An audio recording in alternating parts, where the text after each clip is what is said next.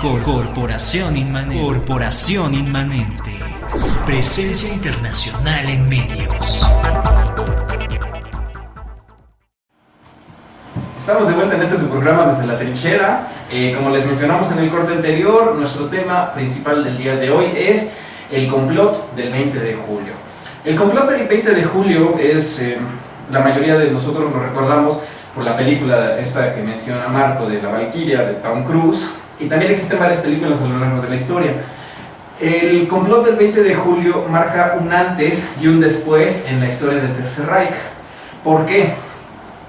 Hasta el 20 de julio, Hitler hasta cierto punto todavía tenía cierta confianza en sus generales y en su ejército.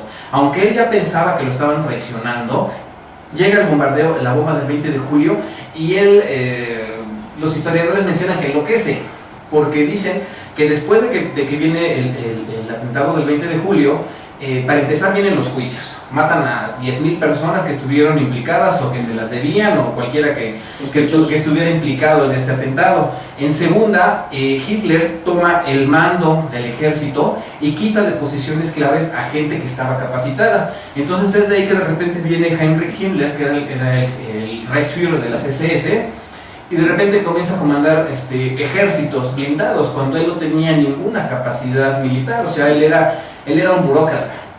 ¿Qué es lo que pasa también? Pierde su poder Hermann Göring, también es el canto de cisne de Hermann Göring, y eventualmente se rompe, es una escisión entre la confianza que sentía el ejército, la confianza que sentía el Führer por el Führer, y la Gestapo toma todo su dominio, toma todo su poder en Alemania.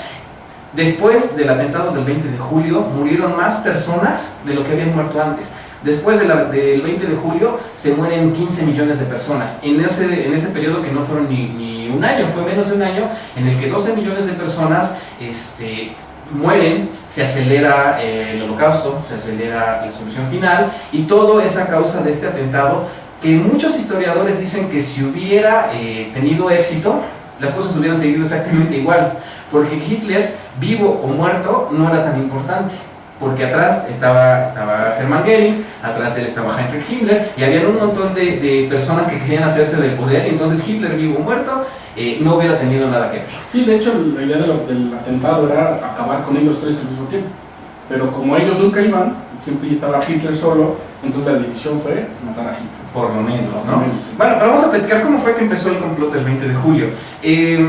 Desde que el nacionalsocialismo se toma el poder en 1933, existen muchos alemanes a los que no les gusta que el Hitler esté en el poder, ¿no? Porque ciertamente el Partido Nacionalsocialista era un partido difícil, ¿no? Llegan, en 1935 comienzan las leyes de Nuremberg, empiezan a quitar de la vida social, económica y política a los judíos, y entonces existe mucha gente a la que no le gusta. De repente, Alemania se hace de Austria, después toma a Checoslovaquia, y entonces cuando Alemania está en estos tratados para comerse a Checoslovaquia en 1938, existía un alcalde de la ciudad de Leipzig que se llamaba Karl Gärtner, y también el que era el comandante de staff de la Wehrmacht, del ejército alemán, se llamaba Ludwig Beck. Estos dos hombres se conocen, y estos dos hombres están completamente en contra de Adolfo Hitler. Ellos piensan que el nacionalsocialismo va a ser la perdición de Alemania, cosa que eventualmente se demostró que iba a ser cierta, ¿no? Y entonces, en 1938, y antes de que Alemania se coma Checoslovaquia, ellos contactan a los ingleses. Ellos le dicen a los ingleses, le piden a Neville Chamberlain, que fue el presidente antes de Churchill, le dicen que si Inglaterra le da las garantías de que van a apoyar el golpe de Estado, ellos se hacen cargo del poder, matan a Hitler y devuelven todos los territorios. Pero Neville Chamberlain y los ingleses en este momento todavía no visualizan hasta dónde va a llegar Alemania, y entonces no les hacen caso, básicamente no les hacen caso. ¿Por qué son importantes estas dos personas? Porque ellos dos son los que van a germinar el embrión del movimiento en contra del nacionalsocialismo. De hecho, platicaba yo con Marco hace unos instantes que Stauffenberg, que es la persona principal de la película esta de La Valquiria, en realidad él era la mano ejecutora. Los que tenían los hilos de la marioneta eran Ludwig Beck y Karl Goerdeler. Karl Goerdeler se iba a convertir en el presidente. Tan pronto tuvieran éxito en el atentado, él iba a ser el presidente y Ludwig Beck iba a ser el comandante de las Fuerzas Armadas, con Erwin Rommel como jefe de la infantería, jefe de la Wehrmacht. Entonces, es 1938, ellos no tienen ningún éxito, comienza la Segunda Guerra Mundial en septiembre de 1939, y algo que es muy importante es que el movimiento en contra de Adolfo Hitler no hizo absolutamente nada en los años de victoria. O sea, Alemania se comió a Polonia, le ganaron a Francia, a Dinamarca, a Bélgica, a Noruega, o sea, conquistan media Europa y los que estaban en contra de él no mueven un solo dedo, ¿sí? Ellos comienzan a mover nuevamente las piezas para tratar de hacerse del poder hasta después de la caída de Stalingrado. Cuando Stalingrado cae, ya les mencionamos en algún programa que les costó 1 millón de bajas a los alemanes en toda la campaña. Es entonces cuando ciertamente ya no les gusta, y es cuando ellos buscan la manera de cómo hacerse del poder. Sí, de hecho supuestamente es cierto que no hay mucho movimiento por parte de ellos, pero ellos durante esos años se dedican a tratar de ubicar y reclutar a aquellos oficiales que fueran comunes a sus ideas. Y entonces obviamente de ser un movimiento de 2 o 3 personas, pronto creció. Entonces dicen que se reunían en una casa afuera de Berlín y eran reuniones de 200, 300 personas. El problema era que no tenían mucho acceso a Hitler, ninguno de ellos tenía acceso a Hitler, y obviamente pues eso era lo difícil, ¿no? Porque ellos sabían que tenían que matar a Hitler y que tenían que matar a las 3 principales cabezas, porque si no, pues obviamente lo único que iba a pasar es que iba a subir al poder el que estuviera atrás, ¿no? El subordinado. Entonces obviamente ellos, si bien es cierto que a lo mejor desde el punto de vista de movimiento no hacen nada, sí ellos se dedican a reclutar gente a su causa.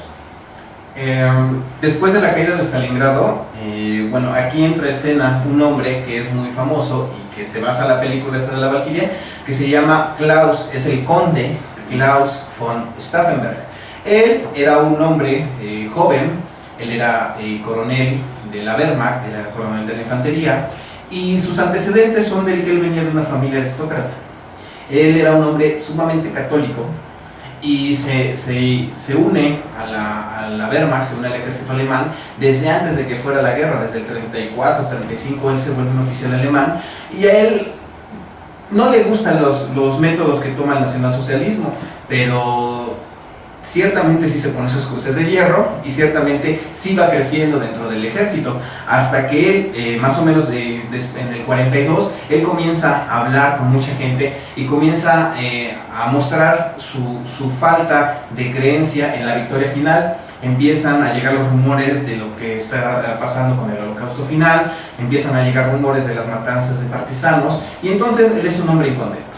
Entonces los líderes del ejército se dan cuenta de que es un hombre peligroso y lo que deciden es sacarlo del frente oriental y lo mandan a África. Él está en África ya con la 10ª división blindada, y es ahí a donde él sufre un ataque de un vuelo rasante de un avión, y entonces él es herido de gravedad, pierde una mano, pierde muchos dedos de la otra, pierde un ojo, y es ahí de donde sale esa imagen que todos conocemos de Stauffenberg. Él es un hombre que tiene un parche. Sí, además Stauffenberg era un hombre muy popular, a pesar de que era un hombre que no comulgaba con el comunismo, con el nazismo, perdón, pero era muy popular, y entonces todos los que fueron los jefes inmediatos de Stauffenberg, de von Stauffenberg, hablan de él y dicen, bueno, es que realmente era un hombre muy propio, muy ameno, te daba mucha confianza, te inspiraba confianza. Entonces eso hace que los conspiradores que están ya planeando su atentado se fijen en él, porque obviamente cuando se recupera de sus heridas, pues queda bastante decepcionado del nacionalsocialismo. Y aparte él ya no puede tener un mando en el ejército, él ya no es un hombre capacitado. Entonces los mismos conspiradores le dan una posición clave a donde él da las cifras a Adolfo Hitler de qué es el ejército de reserva. Él está a cargo del ejército de la reserva, bueno, es el segundo del ejército de la reserva.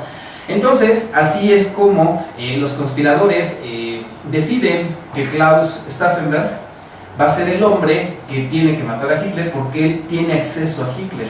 Él llega a las reuniones para dar los datos de cuántos hombres tenemos, cuántos hombres están enfermos, cuántos hombres están inválidos, y entonces los conspiradores deciden que Stauffenberg va a ser el hombre que va a llevar a cabo el atentado. Como nos mencionaba Marco hace un ratito, para ellos era importante que estuviera Himmler, que estuviera Goering, que estuviera Hitler, pero como esto es algo que no pasaba con mucha frecuencia, ellos, él dicen, ¿sabes qué? Por lo menos mata a Hitler. Por su misma posición en el ejército, ellos se hacen de bombas de maletín británicas. Las bombas con las que matan a Hitler eran de británicas.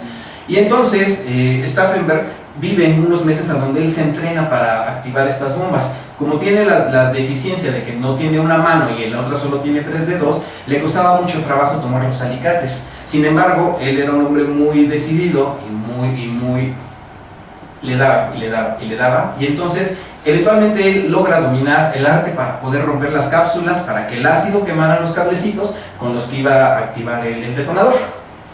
Llega el 20 de julio, el 20 de julio es un día importante. Él vuela desde Berlín para ir a la guarida del lobo que estaba en Prusia del Este, y cuando él llega allá a la guarida del lobo, era un día que era muy caluroso. Entonces yo les mencionaba hace algunos días que la habitación del búnker donde se iba a hacer la reunión se les descompone el aire acondicionado, y entonces lo que deciden es mover la ubicación del búnker hacia una habitación exterior que estaba hecha de madera, en primera. En segunda, este día, 20 de julio, Benito Mussolini va a llegar a visitar a Hitler. Entonces Hitler les dice a todos que por favor recorran la junta que tenían programada para que la recorran para las 12. Entonces Klaus Stauffenberg está listo para activar las bombas. Cuando le mueven la reunión de una hora para otra, él no le da tiempo de activar las bombas. Las 2 bombas, llevaban 2 bombas. Esto es algo que es bien importante porque marcó la diferencia. Llevaban 2 bombas, pero Klaus solo activa una y la otra se la llevan de regreso. Entonces, son las 12, Klaus entra a la reunión con Hitler, pone su maletín junto a la mesa, lo más cercano a Adolfo Hitler, y entonces él hace que alguien que tiene que ir a tomar una llamada. ¿Qué es lo que hace? Él se sale y se vela. Ya estaba también de acuerdo con el jefe de señales del mismo búnker, de la guarida del lobo, porque obviamente tenían que dar la orden. La situación es que Stauffenberg estaba decidido a matar a Hitler, y había decidido él que si era necesario, él se iba a sacrificar, iba a ser un atentado suicida. Pero cuando empiezan a analizar la situación, obviamente todo tenía que estar muy ordenado. Tenían que dar la orden justo en el momento preciso, porque había algo que se llamaba la Operación Valkyria, que era un plan de emergencia que tenían los nazis para mover al ejército de reserva en el caso de una insubordinación. Bueno, pues vamos a pasar un pequeño corte. A lo mejor ahorita que regresemos le damos una culminación, cómo fue que terminaron Stauffenberg y sus socios. Vamos a pasar un corte, regresamos en unos segundos. Corporación Inmanente. Presencia internacional en medios.